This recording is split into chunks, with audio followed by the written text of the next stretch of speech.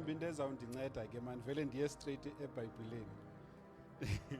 Yeah, ndivele ndichaza ivesi ndizawunyanzeleka ke ngoku ndiyicacisile. Ndumiso 133. Ndumiso 133. Mhlawumbe le vesi wena ithetha kakhulu ngale feeling. 133 verse 1 to verse 3.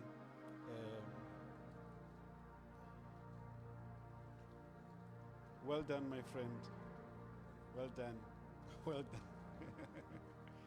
I'm so proud of you guys. Well done. Amen. And the kukhona ixesha sometimes omama banga understand fully the full picture of what God is saying okanye ibeke enhlizweni kamntu kaThixo. But I want to encourage ukuthi just trust God for your husband and trust God for the journey.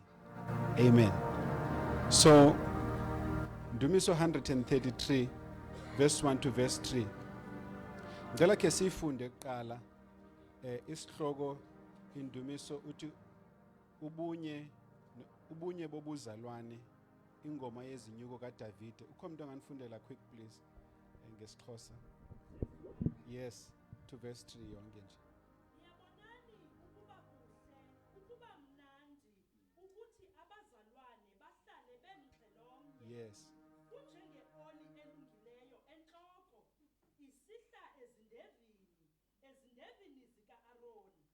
Isihla iye emqukumbelweni weengubo zakhe, kunjengombethe waseHemoni, ohla phezu kweentaba zaseZiyoni, ngokuba uYehova wayimilisela khona apho intsikelelo, ubomi kude kuse ephakadeni. Amen. So abantu abaninzi sebeyivile ke le ndumiso so baye understand ukuthi nobithethe ukuthini. And today I want to talk about something interesting kuyo. Apha phezulu kuthiwa ingoma yantoni yezinyuko kabani kaDavide, the song of ascension. Ngifuna uthetha nje kancinci ngalonto ingoma yothini yezinyuko kaDavide. Kutheni kusithiwa le ngoma ingoma yezinyuko nje? And the title of my message bungumuntu obhalayo is that we are building on Christ. The title of my message is Building on Christ. Asitsho sonke bathandekayo. Asitsho kwakhona. Asitsho kwakhona. Yes, because kubalekile ukuthi sijonge ukuthi lento siyakhayo siyakhelaphi. Ubomi bakho njengobakha nje ubakhelephi. Njengobuqhubekeka nje uthi Paulos uthetha nabazalwane baseGalati uthi niqale kahle niqale ngespirit nisenza ngokomoya but nihambe ngokunafaka inyama.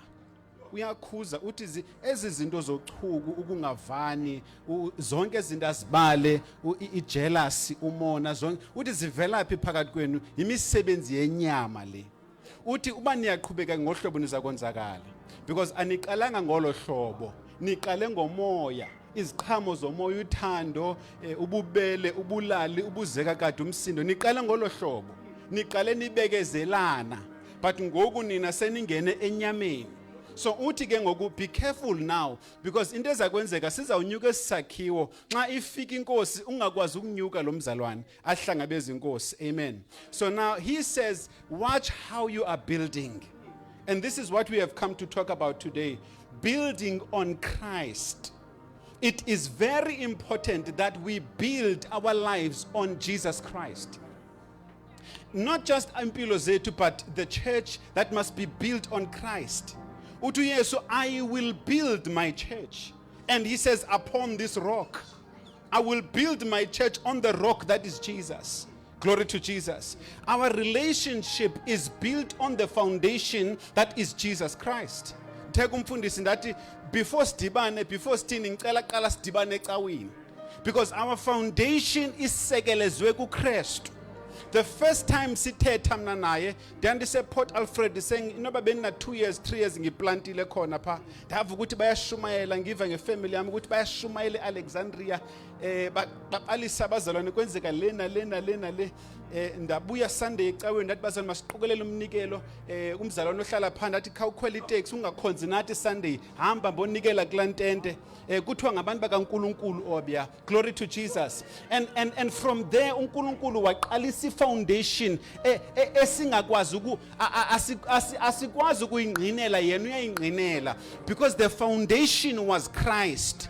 Umtshato wakho suzama ukulungisa sekulate wena ungekachati ufuna ukulungisa sekulate ufuna ufakelela uKristu qala ngefoundation enguKristu ngoba ithi iBhayibheli ababini aba njengoba bezawuhlangana bubini obudlelwane bobumnyama nokukhanya.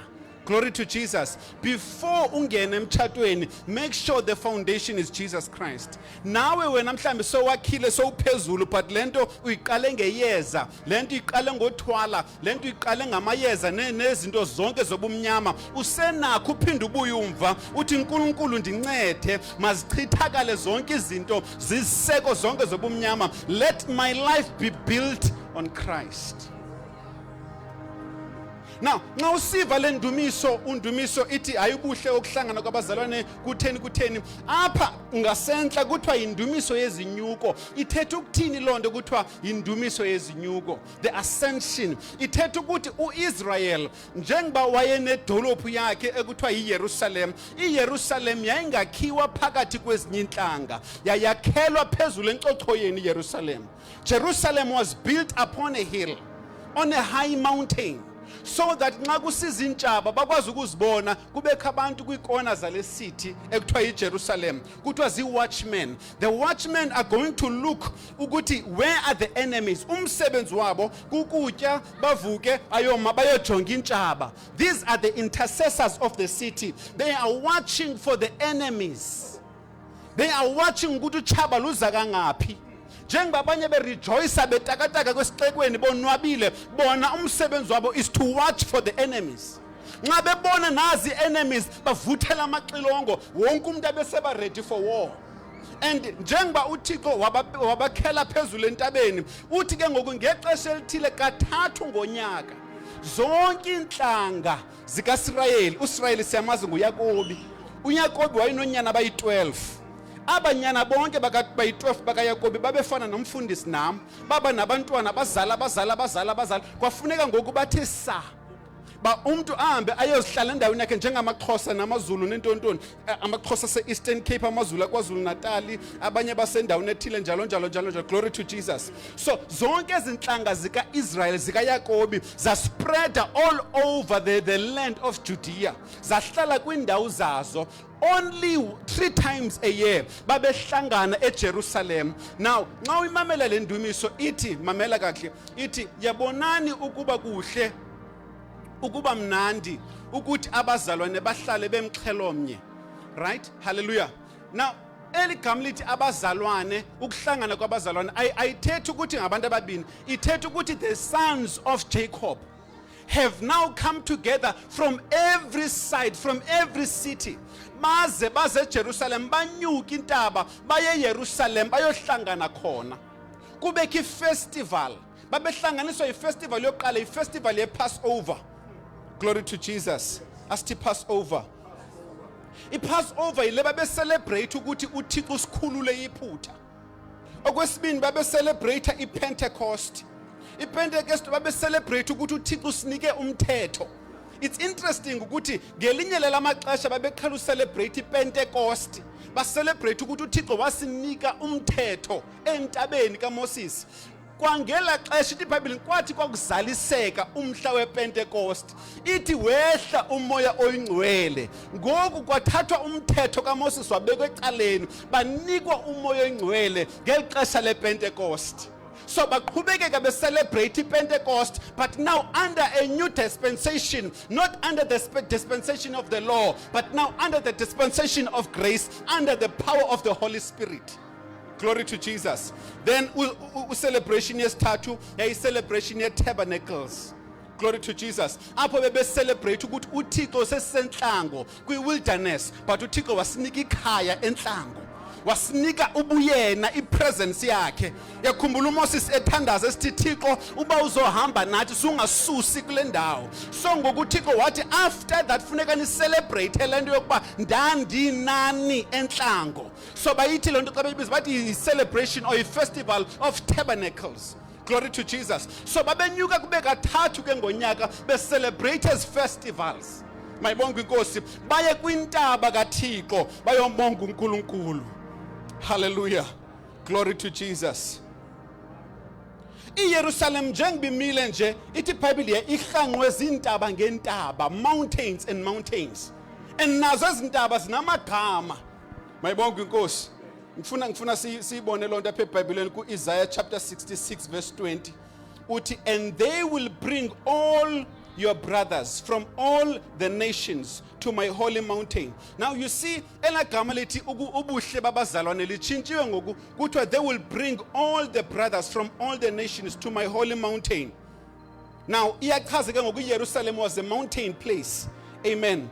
In Jerusalem as an offspring to God. Undumiso 125 verse 2 uti as the mountains surround Jerusalem, njengokuba intaba zingqongile iJerusalem, noThixo naye uyingqongile njalo iJerusalem. Glory to Jesus. Intaba yeminquma yayenye yentaba zazingqonge iJerusalem. Analithuba lokuba ndingene nzulu kulonto ngoba intaba yeminquma siyayazi ba kulapho iGetsemane yayikhona, kulapho uYesu ngexesha ezawubethelela emnqamlezweni wayolila khona. Iminquma yimithi yayiba khona phayana, the olive trees, Mount of Olives. Kulapho kwakusenziwa khona intambiso kanye anointing oil xa kuzawuthanjiswa umuntu. So intaba yeJerusalem, the city of Jerusalem, next to it is a mountain of anointing. Ngoba impilo yakho funeka ihanqwe bubukhona bukaThixo. Among other things funeka kube khona intambiso kaThixo. Intambiso kaNkulunkulu. Glory to Jesus. Enye yezi mountain akuthiwa imountain ekuthiwa iScopus, the mountain of Zion, the city of the Lord, the mountain of Zion. Glory to Jesus. The Mount Herzl. These are the mountains azingqonge iJerusalem. Mayibonga inkosi. Hallelujah. Glory to Jesus. Ithenye ivesi wena Jerusalem owakhiweyo ngokomzi ohlangeneyo wamnye apho zinyuka ziye khona ntoni izizwe zikabani zikaYehova. Ibalekile lento basiyibone lonto. Glory to Jesus. Yokuba iJerusalem yayingakhiwanga kwi-average position but yayakhelwe kwindawo engasentla. Mayibonga inkosi. Now khumbula ke kuTestament enjalo sini yimbonakaliso yento esezawutyhilwa. Sifuna siyibonile lento yokuthi ibisenzeka physically naturally but ithetha ukuthini kuthi lonto thina abantwana bakaNkulunkulu. Hallelujah.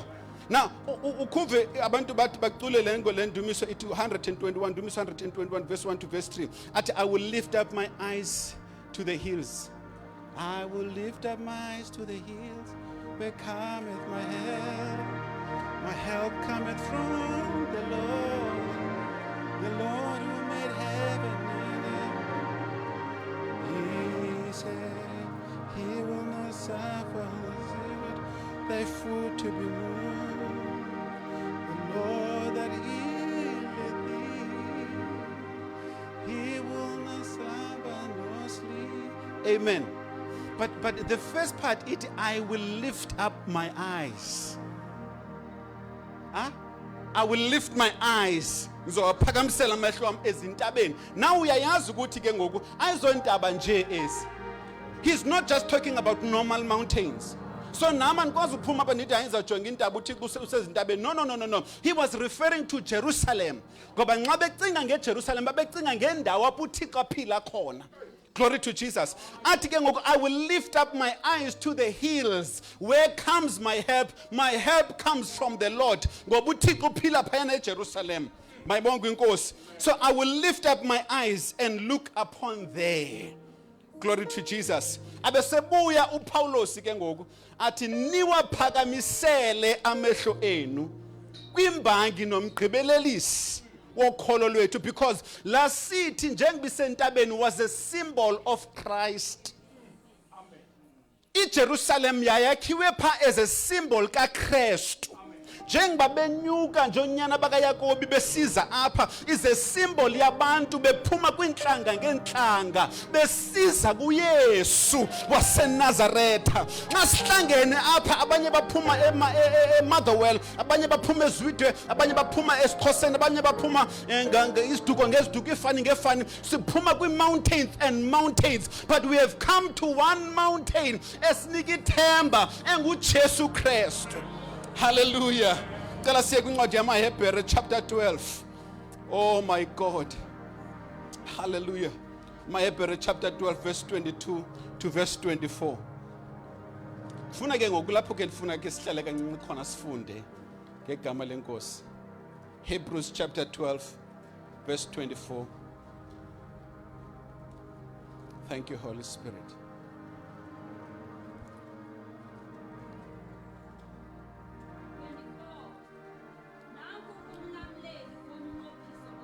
Verse 22. Siqale ku-22. Verse 22 ngicela ube ready nge-English.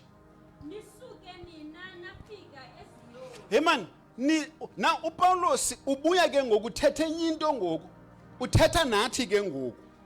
Uthi nina nisuke nafika phi eZiyoni. Aniyi eZiyoni but senifikile eZiyoni.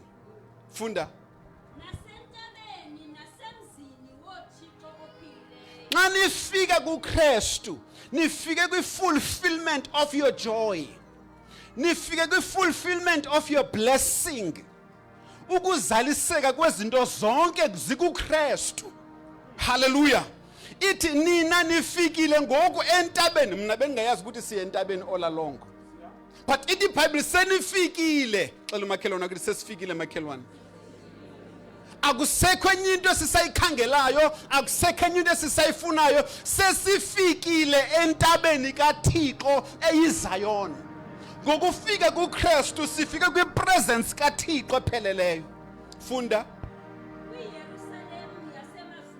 Nifikile kwiYerusalem yaphi yasemazulwini. Ngokufika kuKristu senifikile kwiYerusalem. Laa nto bebeyenza phayana kwi-Testament enjalo, laa mpilo yabo was a picture yethu xa sisiza kuKristu.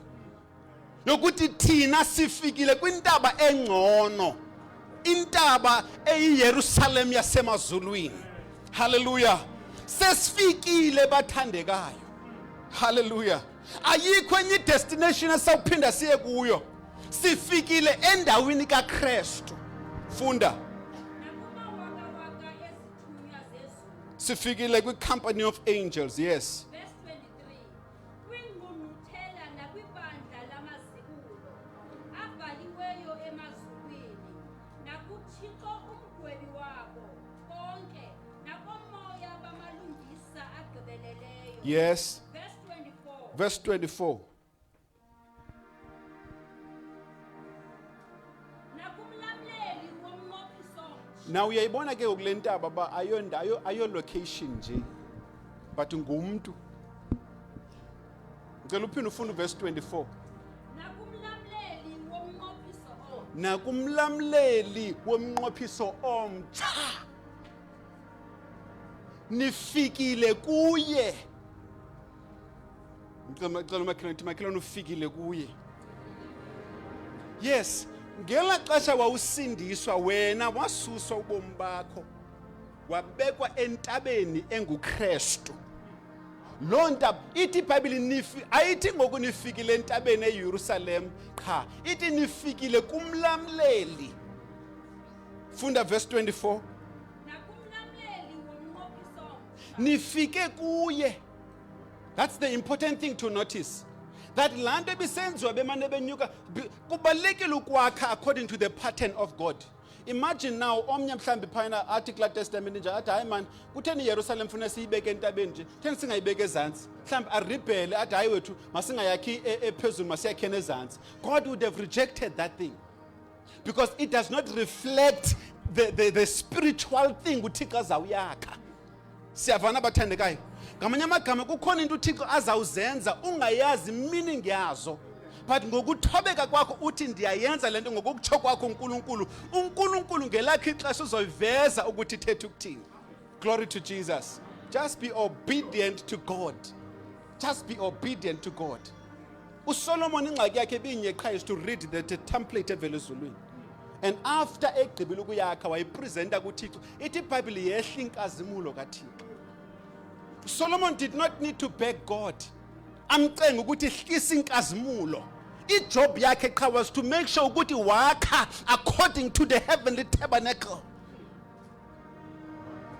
Impilo yakho akukho need yokuba uscramblishe uzama ufumana intsikelelo uzama ufumana. No. All you have to do is to make sure ukuthi ubomi bakho ubakhela kuKristu. And the glory of God at the right time nxa sewugqibile kuzohla inkazimulo. Uthi umfundisi uthi le ntombazana yaye eBible school yaphila ihlupheka yangajonga inhlupheko yayo yaqhubekeka yalandela uKristu ngexesha eli-right yathi stumble into the breakthrough kaThixo ngexesha eli-right it will happen. Keep on building. Tata, keep on building. Mama, keep on building impilo yakho kuKristu. Hey hayi wethu tata ndidikwe nalomthandazo simane siwenza apha endlini sithandazela ntoni kodwa asina grocery ngoku mos asinakutya mos wena ubhizi masithandaze masinecaweni angifuni uyacaweni mina because ndilambile ngoku andinanto na job ngunze yothini wethu keep on building. Njengoba umane usithatha istep usiye ecaweni kukhona into eyenzekayo kwilizwe likamoya. You are building indawo yokuthi xa intsikelelo isehla ukwazi ukuyicontainer ngoba intsikelelo ayehli noba kuphi ihla kwi-containers. Yakha ungababheki ukuthi bathini ungabamamele nabakuthukayo wakhe.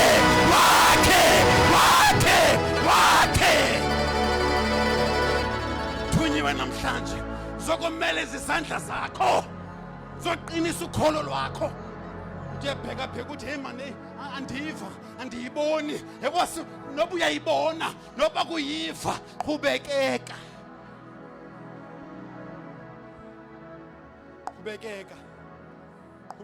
wakhe zan tenilele nje singekathandazi zan sawuthandazeni ngela xesha awuyazi noba uzawuphangela ngantoni ngomso zanothandaza apha emthandazweni wakho ngaphakathi inyembezi ziyehla. Abantwana ukwazi ukhala phambi kwabo because awufuni babona inhlungu yakho but ngaphakathi kukho inhlungu kukho ipain. Masithandazeni uthi uthandaza lo mthandazo uzawubalingana but awukwazi uthandazela usenhlizweni ngoba awufuni ubasinda. Uthi usathandaza njalo bamane babona inyembezi zisehla ngoba ngomlomo ukhupha omnye umthandazo but ngenhliziyo kukho omnye umthandazo onyukayo. Jongiwe ezulwini zawuthi uvuka ngenye imini njengesiqhelo uthi uyayiqala imini yakho njengesiqhelo kanti izinto sezitshintshile. Uzothi uvuka like normal uthi uzohlala kule keyboard my brother as a normal Sunday. Ukade uqala uhlala usenza normally but suddenly when you come one day uvingathi kutheni ngathi nengoma endizidlala ingathi kukhona i-direction ingathi izandla zami ziyadirectwa kule nto endiyenzayo. uThixo uqala ayekele ukholo lwakho lusebenze azabuye yena ngenelele. That's why nxa uthandaza qala usebenzise energy yakho qala uthandaza. I promise you if you can keep praying like that uqhubekeke 10 minutes 15 minutes uqhubekeke ngamandla akho kuzawufikelela ipoint apha emthandazweni uvuka ukuthi hayi ngoku kutshintshile akusendima othandazayo uve ngathi kukho amazwi owanikwayo ngoba uThixo uyangenelela. Andiyazi ngubani but kodwa yimini yakho yepromotion namhlanje. Andiyazi ngubani but ngizo-announce namhlanje ukuthi your time of sowing is over. It's time for you to reap. Andiyazi ukuthi ngubani but ngizomemela namhlanje ukuthi ixesha lakho kudala ulila kudala utyala but impilo yakho ungabona utshintsho but this is the beginning of a new season. a new time, a new period in your life. God is about to take over. God is about to come in. uNkulunkulu uyangenelela, uNkulunkulu uthatha indawo, uNkulunkulu uyaziphendulela, uNkulunkulu uyasenzela. This is your season and this is your time. In the mighty name Rakata Pataliato Lepete Ketalabaya Sata Lipora Kesaya Lababa Eshatatata Rapakatala Basaya Lipanda de Bosaya Ripashotaya Rababa Sata Labaya.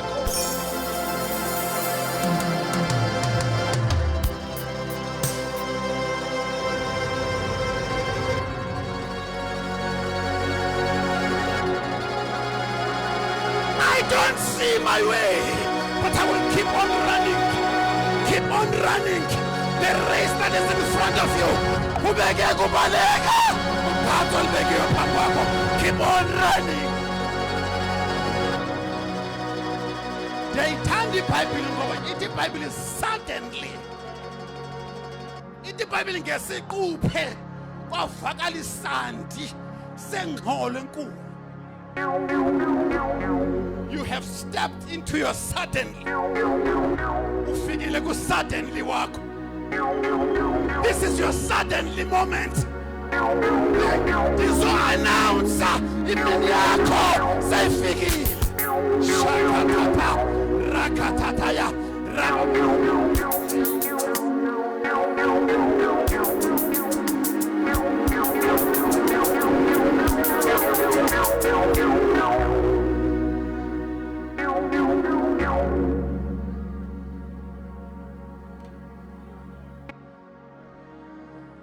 Mhlambi sizawufuneka siwatshintshe namaxesha okuhlangana. Sizawufuneka sibe no-8 a.m. service, sibe no-10 a.m. service, sibe no-12 a.m. service.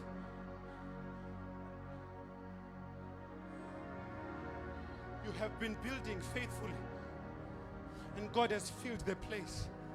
And God is saying to you, step into a new season, step into a new time, step into a new thing. It's either we break the walls or we're going to have multiple services. Ngoba funeka sikwazi ukumcontain nxa sefikile. Ukwazi ukuyicontain uthi ngizohlisa isibusiso awuzokwazi ukumelana naso. Ngicela sime ngenyawo. Anali thuba lokucacisa abazalwane. Ndichaza ukuthi mawusakha akhela phezu kolwalwa. Anali thuba lalonto. But I want to tell you, keep on building. Ithi iBhayibheli uKristu uhleli high above all principalities, all powers, all rulers, all authorities. Ibe seyithi iBhayibheli nina nihleliswe naye kwezi phezulu indawo. Nihleliswe phezulu kwezi phezulu indawo. Nihleliswe phezulu. Why nihleliswe phezulu? Ngoba iYerusalema ikwazi ukwakhiwa phakathi kwabantu. Awutshintshe nendlela othetha ngayo. Awutshintshe ne-friends zakho ezithetha ngendlela ethile. Uqala uthetha izinto zale dimension uThixo akufake kuyo. Ngegama lika Jesu ngicela uthandaza namhlanje. But ngifuna uthandaza nabantu abathi mfundisi. uNkulunkulu has been working in my life. Ngiyabonga uThixo esebenza. But ngiyabonga uNkulunkulu ukuthi engiphila amandla. But ndine faith ndinokholo lokuthi step into another season. Ngicela uthandazela lonto ngegama lika Jesu. Ngegama lika Jesu. Abanye bena bayazi ukuthi umfundisi ngexesha ezawuthatha wayapha kum endlini sancokola. Kuthi iqatha lonto ngoku ukuthi he was pregnant with a wonderful marriage and a wonderful family. Nam njengoba ndize apha kuyi, I'm pregnant with another assignment. Ibandla sendilithe hand over komnye umfundisi. uNkulunkulu ngithuma ukuthi mangimisele elinye ibandla. I'm pregnant with another assignment ephezu kwami ekumele ukuthi ndiyimisile. Siyathanda uhlangana ngelo xesha le pregnancies. Glory to Jesus. And uThixo enza into ezinkulu. Glory to Jesus. Ingxaki yakho wena qho nxa ufuneke uzele. Akukho midwives. Akukho bantu bokubelekisa. That's why ithi ngoku soyivile ukuthi ikhona suppose yenzeka ivele ithi shwaka. Uphinde uqale eqaleni kwakhona. Namhlanje ndithunywe ezulwini ukuthi sizoba midwives. Ngoba kunabantu ekumele ukuthi bazale but utshaba lufuna uyiba lento. Sisostop utshaba ngegama likaJesu. Ngegama kaJesu ngifuna uthandaza nawe namhlanje egameni likaJesu. Balekuse ngaphambili, balekuse ngaphambili, balekuse ngaphambili, balekuse ngaphambili, balekuse ngaphambili. Indlela bengiqula ngayo. uNkulunkulu, take me to another level. Indlela benginikela ngayo.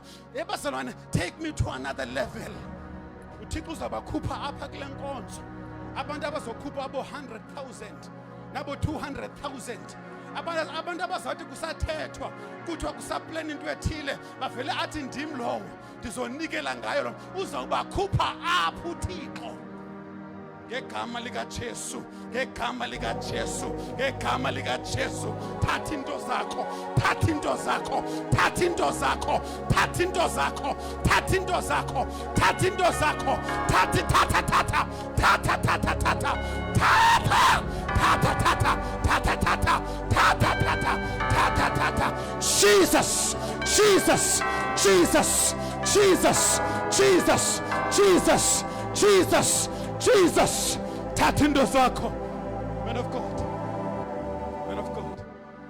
Thatha into zakho, thatha into zakho, thatha into zakho, thatha into zakho. Abanye bayayithuka insindiso but wena kokokubuthetha